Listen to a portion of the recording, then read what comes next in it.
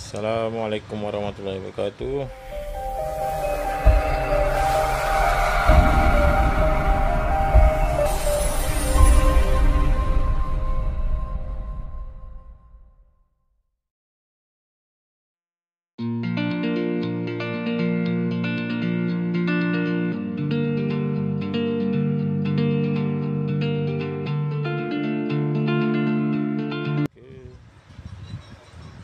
Kalau buat perubatan lah macam tu sendiri. Kadang-kadang ada kes-kes yang susah nak sembuh walaupun kita rawat 2-3 kali. Tapi kadang-kadang ada juga kes yang berat-berat bila jumpa dengan tok. Gerak hati pertama kata apa? Suruh budak ni bersedekah. Pernah juga jadi kes sakit dalam perut, X-ray, pergi hospital, pergi klinik, tak elok-elok. Bila dia jumpa tok, gerak yang pertama kata, tu tanya budak tu ada berapa ringgit kat tangan. Jadi tok dengan muka serba salah tu tanya dia, ada tabung tak? Ada dia. Ada berapa ringgit dalam tabung? Adalah beberapa belas ringgit ni. Dah nanti balik ambil duit dalam tabung tu semua, sedekah kat masjid. Kalau tak nak sedekah kat masjid, sedekah dekat siapa-siapa yang kamu jumpa, yang pertama kali kamu jumpa orang yang minta sedekah tu.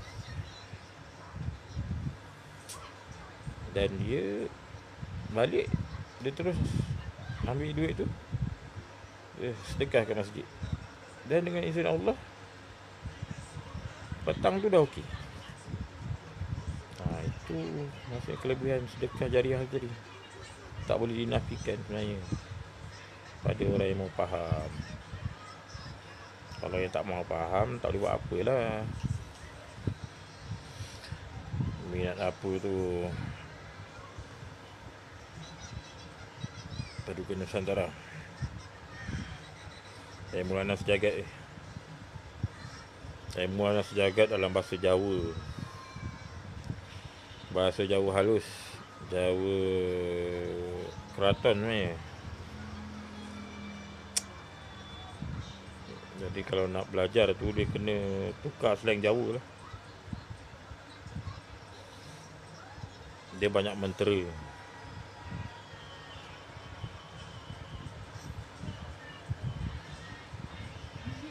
Tok yang ada kitab dia pun jarang-jarang baca. Sebab kitab tu dia ada energi dia sendiri. Kalau tok buka, dia akan mengganggu frekuensi gelombang orang-orang yang sedang beramal kat tanah Melayu ni. Bukan kat kawasan tok je, tapi satu tanah Melayu dia akan ganggu. Dalam tahun-tahun sebelum ni tok banyak kali buka. Jadi mungkin ramai orang terganggu dengan gelombang dia. Gangguan kitab tu bila tok buka akan menyebabkan contoh. Tok bagi contoh, tapi jangan marah tu. Contoh, kalau ada bisikan dalam diri kamu, bisikan tu makin kuat jadinya. Kalau ilmu panjang umur tu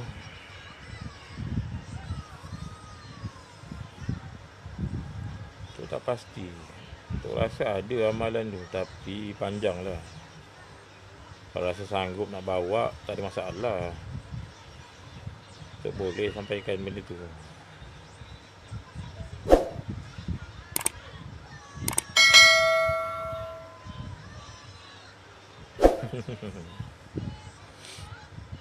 Takut tak tahan je. Tu peneman datang daripada atas. Kalau peneman datang daripada bawah tu lain cerita.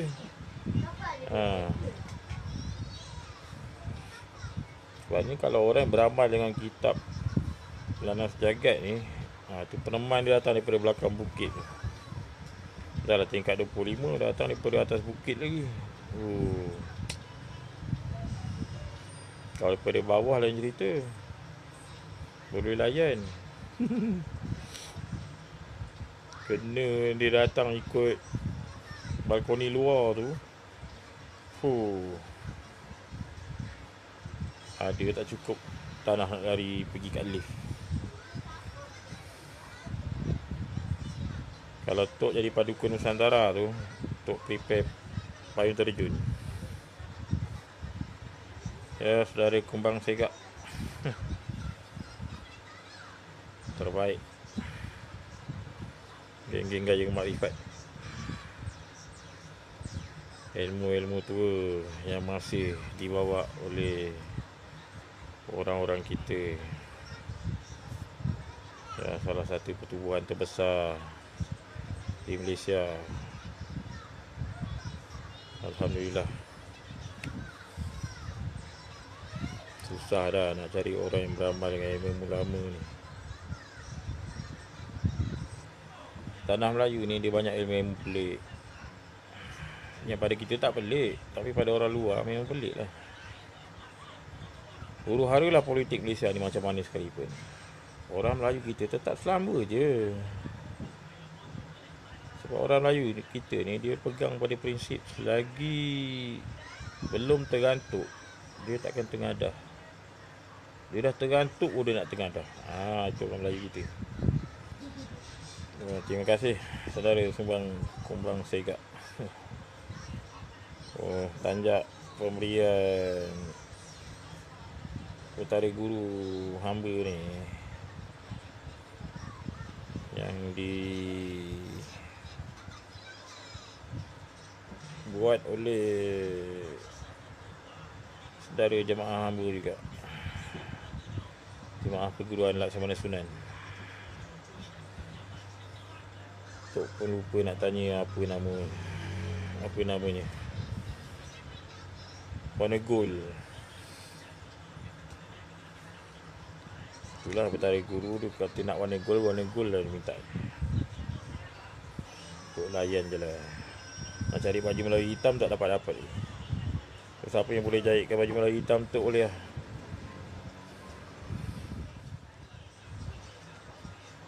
Tanya ilmu laduni. Ilmu laduni. Soalannya macam mana tu Muhammad Zamri? Bab ilmu laduni ni ilmu direct daripada Allah. Jadi bukan bermakna kita beramal banyak Allah bagi, tapi mungkin sebab kasih sayang Allah, maka Allah bagi ke orang-orang tertentu buat ilmu tu. Jadi kalau orang kata dia boleh ajarkan buat ilmu laduni direct, itu no comment. Untuk banyak salin nota-nota buat keilmuan, tapi itulah tak sempat nak share. Mungkin lepas PKP nanti tu akan buat live ke tempat-tempat angker ke. Ada juga permintaan macam tu. Tak sempat lagi nak pergi tempat-tempat angker. Apa pun nak share sikit lah. Kalau kita nak buat perubatan, contoh yang berkaitan dengan sakit-sakit dalaman. Contoh kalau orang tu sakit di bahagian leher, di bahagian kepala, sakit kepala, migrain kuat sangat, kita boleh gunakan telapak tangan kita sebagai medium penyembuhan juga sebenarnya. Kita boleh guna ayat sekadar bismillah pun boleh sebenarnya, ataupun Al-Fatihah yang yakin. Tapi biasanya kalau ada juga yang kita boleh fokuskan satu-satu ayat, contoh Bismillahirrahmanirrahim, Bismillahirrahmanirrahim, Bismillahirrahmanirrahim, Bismillahirrahmanirrahim, Bismillahirrabbus samawati wal ardi, Bismillahilladzi la yadurru ma'asmihi syai'un fil ardi wala fis samai wa wasami'ul alim. Itu cara bismillah yang kita boleh pakai lah. Bismillah 5 ni kata silap tu. Lama tak baca, tergagap-gagap lah. Cuma perlu bayangkan penyembuhan. Letakkan tapak tangan kita, tapak tangan kanan biasanya kita letakkan dekat tempat yang sakit. Dan kalau sakit tu kuat sangat, niat wama romaita isromaita walakina Allah roma. Sampai niat, sambil niat tu baca tarik penyakit, dan buang ke tanah. Tapi kena tertib lah. Contoh buang ke tanah, kita dah tarik penyakit daripada jasad seseorang tadi. Biasa kalau tuk, guna cara tuk adalah guna ayat wa ma romaita ijromaita wallahi Allah roma. Allah tarik, dan kita tepuk ke lantai ataupun direct ke tanah, dan kita niat kita buang segala yang batil tadi balik pada tanah. Dan jangan lupa beri salam pada Nabi Allah Tab alaihi salam, penjaga tanah, dan hadiahkanlah Fatihah sekali untuk Nabi Tab alaihi salam. Jadi lain kali kalau kita nak tarik bisa ke apa daripada jasad orang yang sakit, kita boleh gunakan cara itu. Simple. Kalau dalam kalimah perguruan Laksamana Sunan tu, ayat wa ma romaita isromaita wallahi Allah roma ni banyak kegunaan dia lah. Antaranya untuk tangkap jembalang, jin, setan masuk dalam botol. Apa lagi persoalan? Tadi bab ilmu laduni. Sebab kata Tok Tajulah, ilmu laduni bergantung pada, bukan bergantung pada amalan, tapi bergantung pada kehendak Allah SWT. InsyaAllah coming soon video-video yang akan datang yang lebih adventure. Tu sebenarnya ada juga terfikir nak buat video yang adventure sikit dalam kebun belakang rumah ni, tapi tak ada kawan. Nanti kena jin toncit tanduk satu tu keluar, tok lari dulu. InsyaAllah. Kalau buat busung ni ada banyak jenis sebenarnya. Bergantung pada keadaan juga.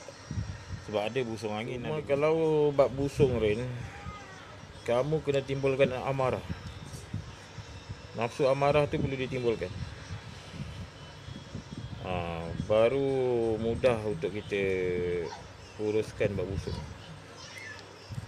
Kadang-kadang ada busung yang jenis berat. Contoh, memang niat dia untuk bunuh. Tapi mungkin guna cara long term. Maksud long term ni, dia gunakan medium-medium tertentu yang makan masa lama untuk orang tu mati.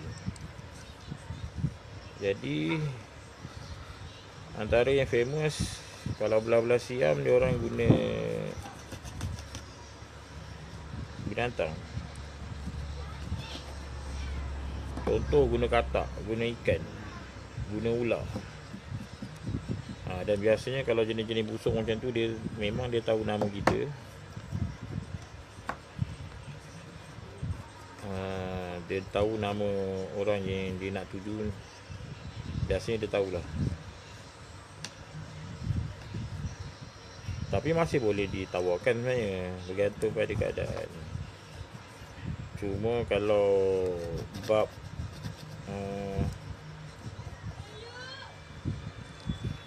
ni, kalau nak cepat memang kita timbulkan nafsu amarah tadi. Bila timbul nafsu amarah, baru mudah untuk kita atasi busung-busung tu. Cuma masalahnya bila kita dah dalam amalan tu, nak timbulkan marah tu, faham-faham je lah. Sebab yang kita nak marah tu, kita nak marah setan, marah jin, marah orang yang menghantar. Yang tu yang payah sikit tu. Sebab kalau dulu mula-mula buat perawatan ni, tu banyak juga buat busuk ni.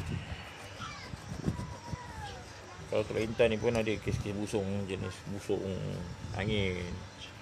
Busung nak cepat bunuh orang pun ada. Dia jenis macam belon. Bila kita datang nak uruskan je, dia makin besar. Kalau kita tak sempat tarik, kalau belon, faham-faham je lah. Terbabur mula perut tu. Ada satu kes tu pernah handle dalam kampung ni jugalah. Itu mula-mula dulu lah, waktu untuk mula-mula perubatan, mungkin tahun 2012 waktu tu. Bila mana bapa motor tu tak boleh nak handle, panggil Tok. Cuma kalau Tok nak timbulkan amarah senang je. Lagi lapar. Waktu tu kebetulan Tok kerja SIM Dabi Batu Lima.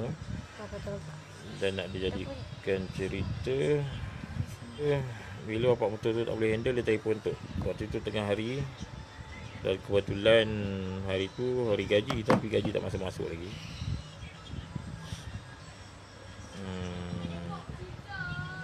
Tak boleh mati lah iPhone.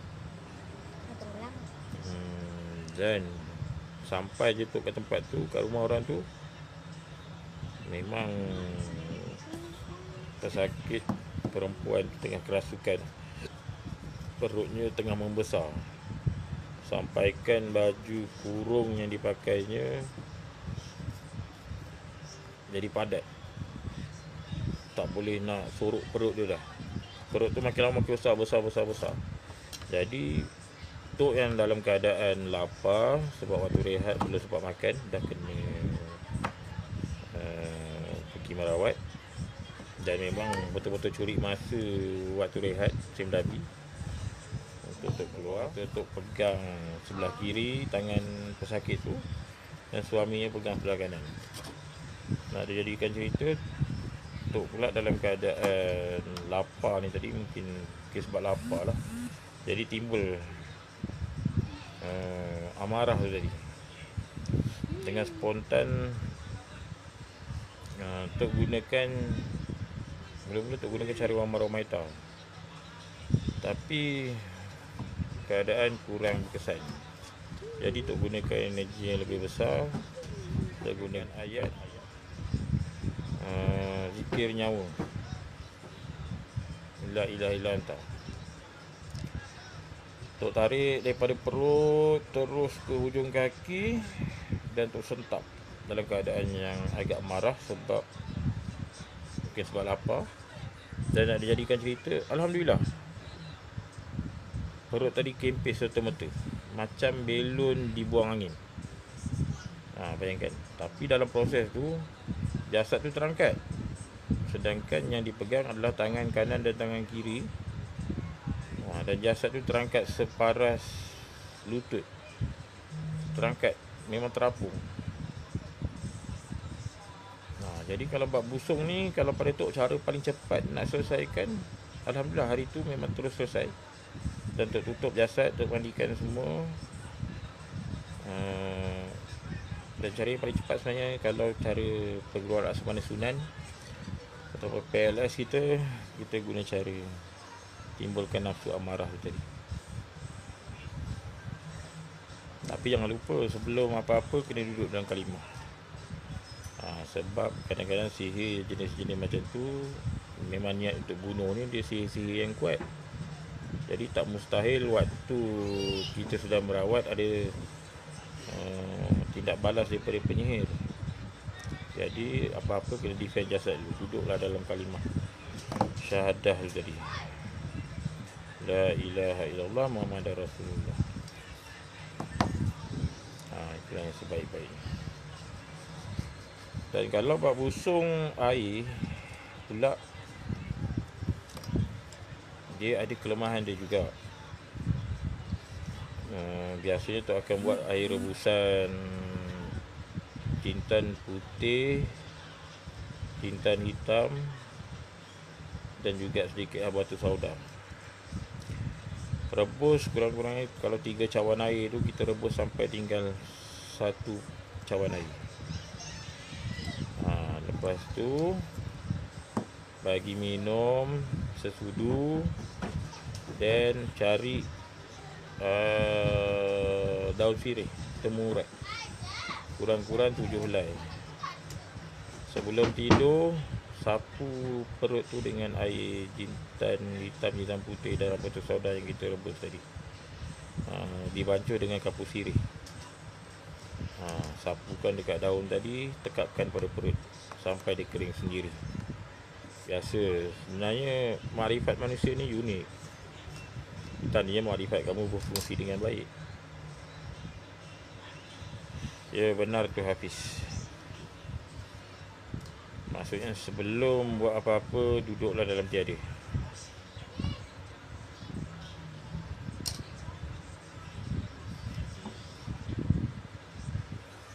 Ataupun setengah orang panggil duduk dalam kalimah. Kalau untuk duduk dalam tiada, sebab kalau buat perubatan,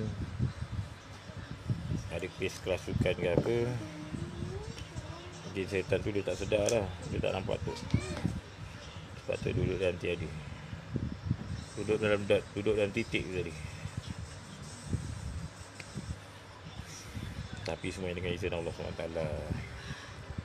Yang penting saya sentiasa duduk dalam dikasihani.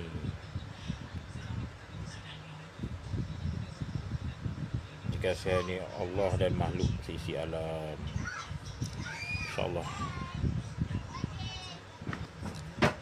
Air rebusan jintan putih, jintan hitam dan juga habatus sauda direbus guna 3 gelas air ataupun 3 cawan air. Guna api perlahan sampai tinggal 1/3. Minum sesudu. Lepas tu ambil sikit, bancur guna kapur sirih. Cari daun sirih temu urat, letak, sapukan daun sirih tadi dengan kapur sirih yang dah digaul dengan air rebusan tadi. Lepas tu tekap dekat perut. Letak dekat perut. Sekarang keluar air 3 helai sekali letak sampai dia kering sendiri. Dan pastikan helaian yang pertama tu melekap dekat atas pusat. Itu antara salah satu cara untuk atasi busung angin lah. Kalau dulu 2014, 2015 tu selalu berurusan dengan masalah busung. Sampaikan untuk dengan salah seorang jemaah lama tu, pernah handle jugalah satu kes dekat hospital Kuala Lumpur yang melibatkan busung air ni. Sampaikan waktu tu doktor pelik sebab air yang dikeluarkan tak habis-habis satu hal. Lepas tu doktor gunakan satu pipe, doktor kata pipe titanium, untuk tebuk satu lubang untuk keluarkan air dekat perut dia. Tapi yang menjadi masalahnya, bila pipe titanium tu dimasukkan, bila dikeluarkan balik, pipe tu telah dibengkokkan. Bayangkan, pipe titanium, besi ringan yang sangat keras, boleh dibengkokkan dalam perut.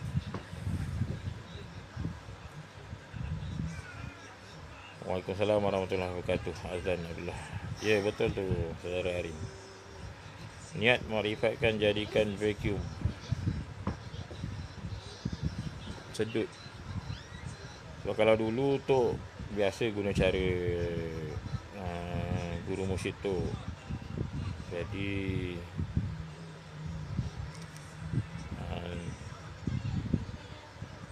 guru mursyid tu dia simple, cara perubatan dia sedut telan.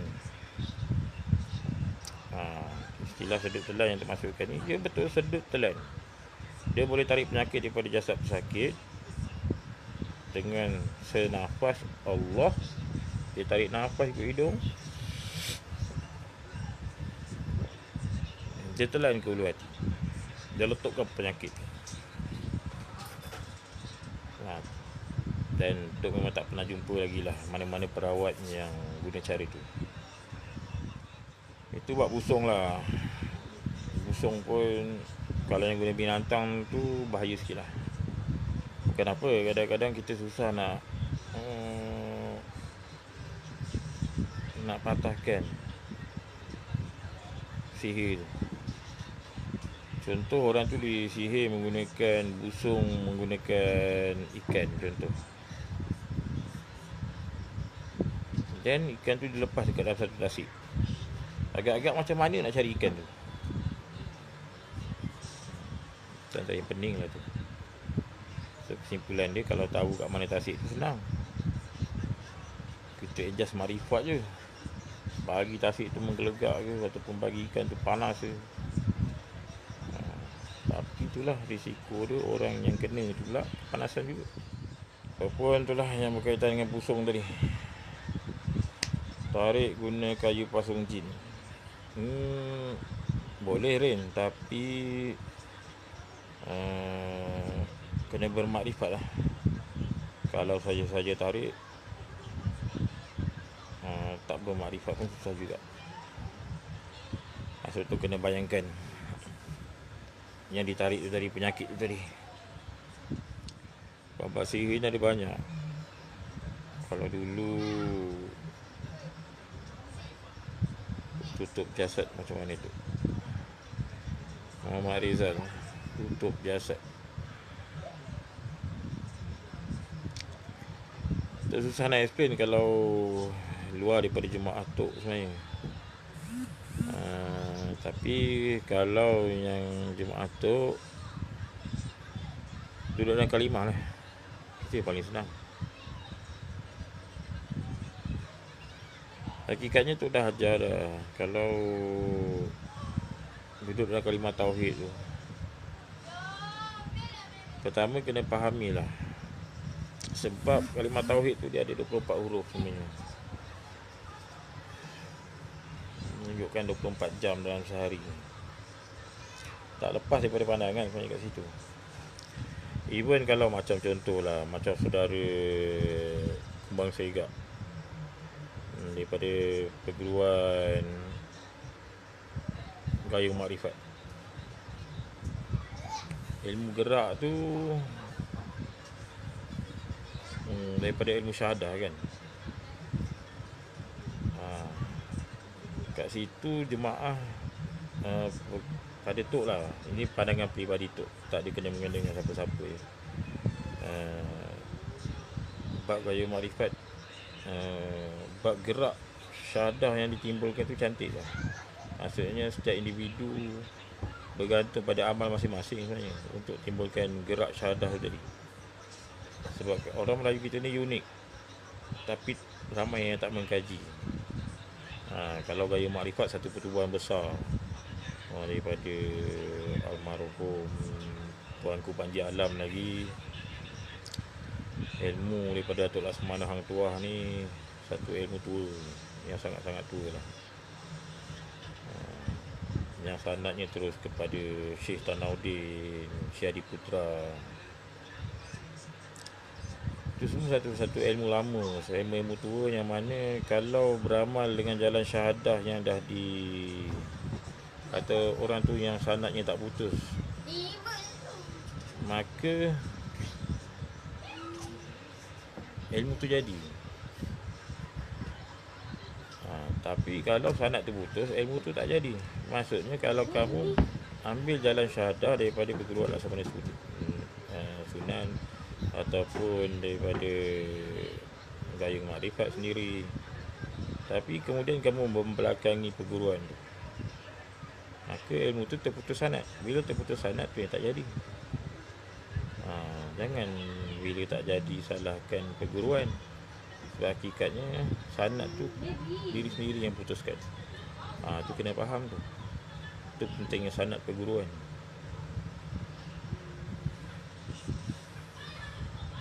So macam soalan Muhammad Rizal tadi, kalau daripada perguruan Laksamana Sunan, kita duduk dalam kalimah syahadah, kalimah tauhid, la ilaha illallah Muhammadur Rasulullah, Muhammadur Rasulullah. Tiada nyata hanya Allah, Nabi Muhammad Rasulullah. Muhammad Zamri, kalau guna energi putaran Kaabah, boleh. Energi putaran Kaabah boleh, makrifat macam tu. Tapi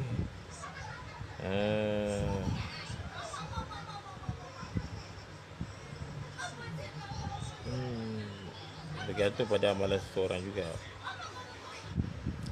Sebenarnya setiap zikir yang diamalkan oleh seseorang individu tu, dia boleh menghasilkan satu energi yang boleh meliputi jasad dia. Cuma kadang-kadang orang tak terfikir. Bolehlah add friend Adinda Tok tu Syaril Azrizan. Siapa nak beli ayam kampung, telur ayam, ada juga link untuk makanan ayam, dedak ayam, macam-macam lagi lah.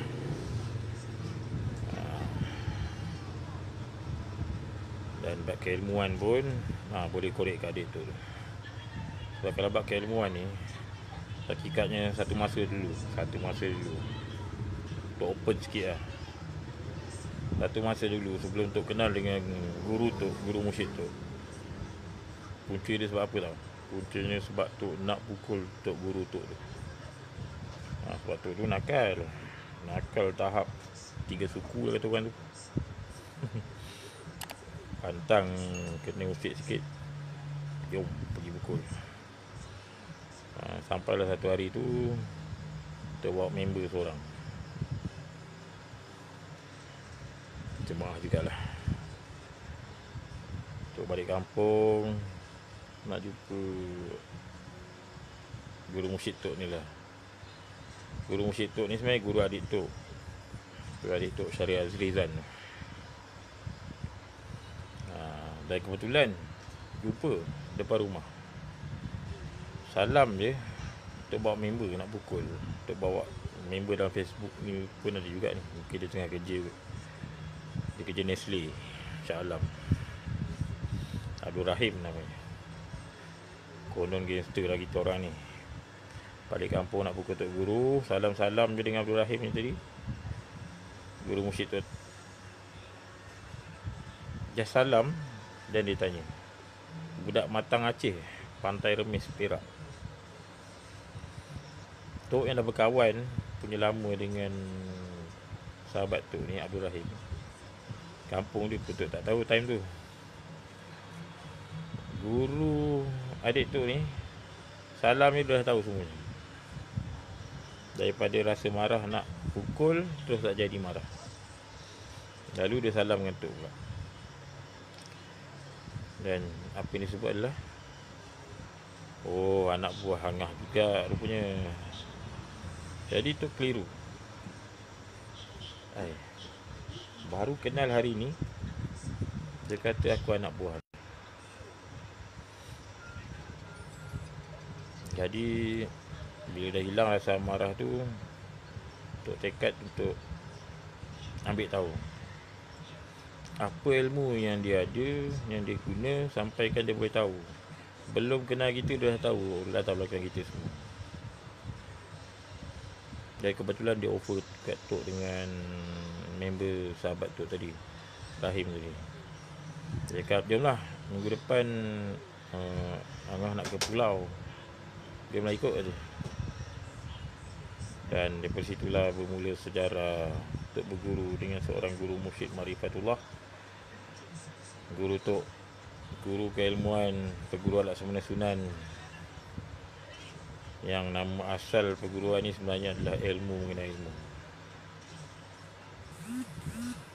ilmu tasawuf lama, ilmu tasawuf tua, yang orang dah tak nak belajar, tak nak beritahu. Sebab kita belajar beradab.